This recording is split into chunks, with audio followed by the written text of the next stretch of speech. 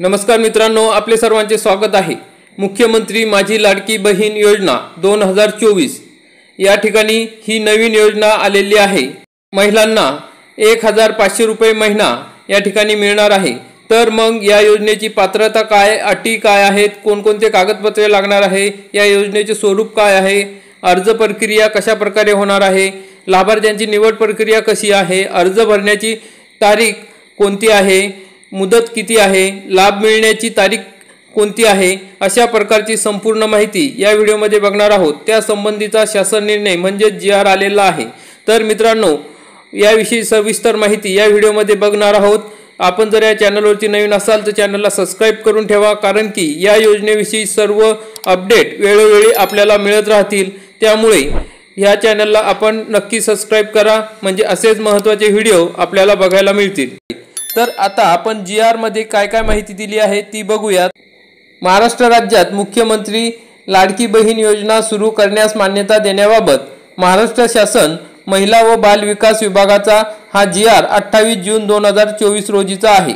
तर मग या ठिकाणी या GR मध्ये काय काय दिले आहे ते बघूयात। तर शासन निर्णयामध्ये सांगितले आहे की या योजनेचे उद्देश काय आहे। तर राज्यातील महिला व मुलींना पुरेशा सोयी सुविधा उपलब्ध करून रोजगार निर्मितीस चालना देणे, त्यांचे आर्थिक सामाजिक पुनर्वसन करणे, राज्यातील महिला स्वावलंबी आत्मनिर्भर करणे, राज्यातील महिलांना व मुलींना सशक्तीकरणास चालना मिळणे, महिला आणि त्यांच्यावर अवलंबून असलेल्या मुलांच्या आरोग्य आणि पोषण स्थितीत सुधारणा करणे, या योजनेचे उद्देश आहे। स्वरूप काय आहे, तर या ठिकाणी पात्रता कालावधी दरम्यान प्रत्येक पात्र महिलेला तिच्या स्वतःच्या आधार लिंक केलेल्या थेट लाभ हस्तांतरण म्हणजे डायरेक्ट बेनिफिट ट्रान्सफर म्हणजे DBT द्वारे सक्षम बँक खात्यावर दरमहा 1,500 इतकी रक्कम दिली जाईल।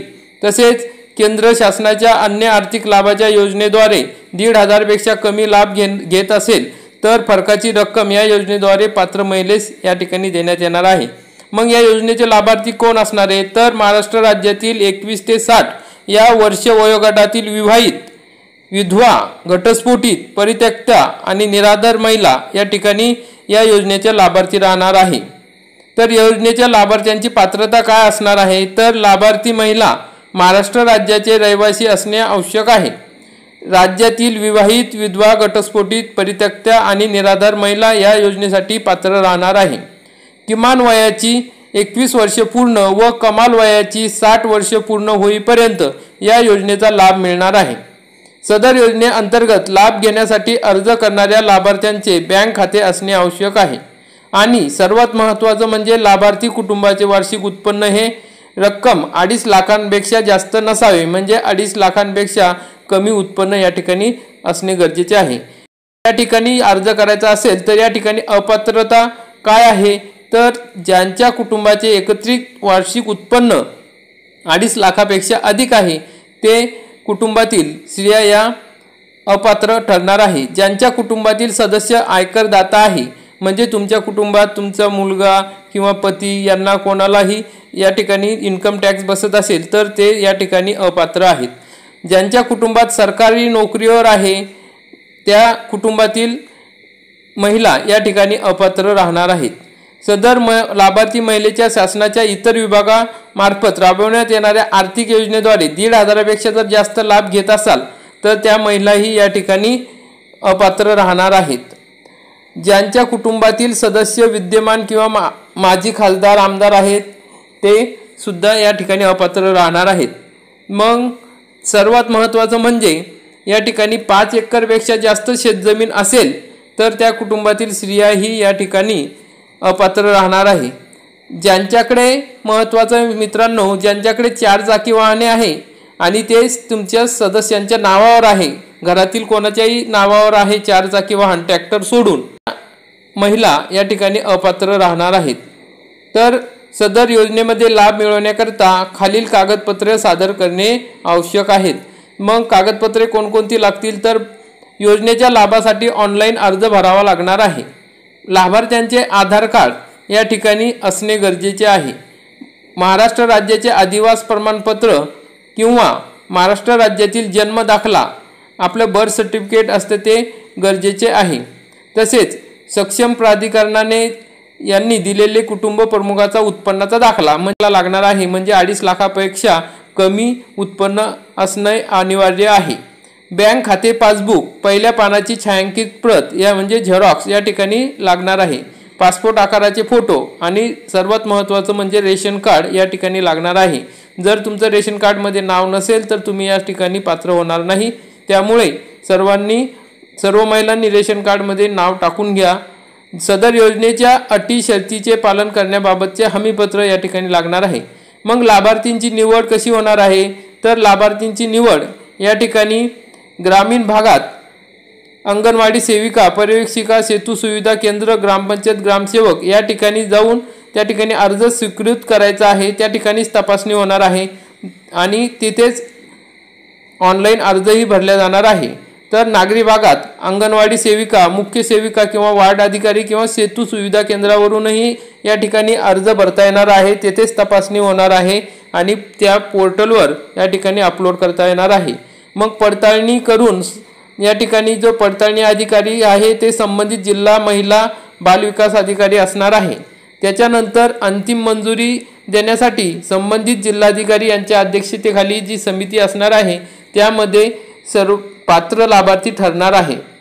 मग या ठिकाणी या अर्ज करण्याची प्रक्रिया कशी आहे, तर योजनेचे अर्ज पोर्टल, मोबाईल ॲप, सेतू सुविधा केंद्राद्वारे ऑनलाईन भरले जाऊ शकतात। मग ही प्रक्रिया विहित केलेली आहे। मग पात्र महिलेस या योजनेकरता ऑनलाईन अर्ज करता येणार आहे। ज्या महिलेस ऑनलाईन अर्ज सादर करता येत नसेल अर्ज भरण्याची सुविधा अंगणवाडी केंद्रात किंवा बाल विकास प्रकल्प अधिकारी किंवा ग्रामसेवक यांच्याकडे असणार आहे। मग वरील भरलेला फॉर्म अंगणवाडी केंद्रातून ते कर्मचारी त्या ठिकाणी ऑनलाईन भरतील। मग अर्ज भरण्याची संपूर्ण प्रक्रिया विनामूल्य असणार आहे। हे महत्त्वाचं आहे मित्रांनो, तुम्हाला कुठेही या ठिकाणी पैसे खर्च करण्याची गरज नाही। हा अर्ज आपल्याला विनामूल्य असणार आहे।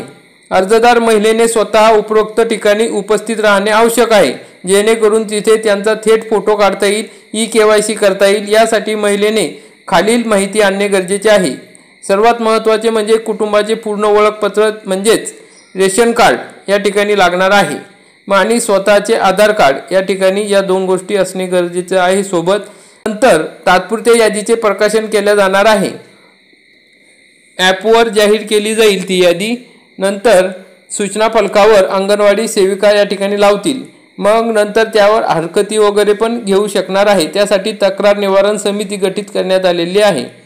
मग अंतिम यादीचे प्रकाशन सदर समिती मार्फत प्राप्त हरकतीचे निराकरण झाल्यानंतर जे जिल्हाधिकाऱ्यांची समिती आहे त्या ठिकाणी ते अंतिम यादी प्रदर्शित करणार आहे। मग त्या ठिकाणी राज्यस्तरीय समिती, जिल्हास्तरीय समिती असणार आहे। मग या योजनेची अंमलबजावणीची कालमर्यादा कशी असणार आहे, तर अर्ज प्राप्त करण्यास सुरुवात ही 1 जुलै 2024 पासून होणार आहे आणि अर्ज प्राप्त करण्याचा शेवटचा दिनांक म्हणजे 15 जुलै 2024 म्हणजे 15 जुलैपर्यंत तुम्हाला त्या ठिकाणी अर्ज करायचा आहे। नंतर यादीचे प्रकाशन होणार आहे 16 जुलैला।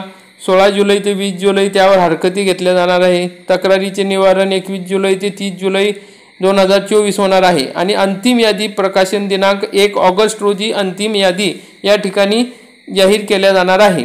लाभार्थ्यांचे बँकेमध्ये ई-KYC करणे 10 ऑगस्टला या ठिकाणी ई-KYC करावे लागणार आहे। लाभार्थी निधी हस्तांतरित 14 ऑगस्ट रोजी तुमच्या खात्यामध्ये हे पैसे जमा होणार आहे। या ठिकाणी सर्व माता भगिनींनी लक्ष द्या की 14 ऑगस्ट 2024 रोजी शासनामार्फत तुम्हाला पैसे या ठिकाणी जमा केले जाणार आहे। तर त्यानंतरच्या महिन्यात देय दिनांक प्रत्येक महिन्याच्या 15 तारखेपर्यंत तुम्हाला हे पैसे तुमच्या खात्यावर जमा करण्यात येणार आहे। त्या ठिकाणी मग अशा प्रकारे ही माहिती आहे आणि आपण सर्वांनी लवकरात लवकर सर्व कागदपत्रे तयार करून ठेवा आणि 1 जुलैपासून आपल्या जवळील ग्रामसेवक किंवा अंगणवाडी सेविका यांच्याकडे जाऊन अर्ज भरा आणि त्याचा लाभ घ्या। तर मित्रांनो आणि माता भगिनींनो, आपल्यासाठी ही योजना खूप महत्त्वाची आहे।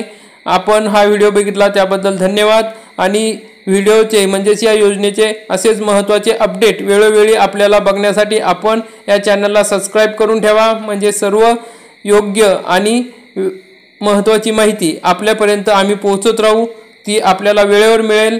तर या ठिकाणी आपण हा व्हिडिओ बघितला त्याबद्दल परत एकदा धन्यवाद. जय हिंद, जय महाराष्ट्र.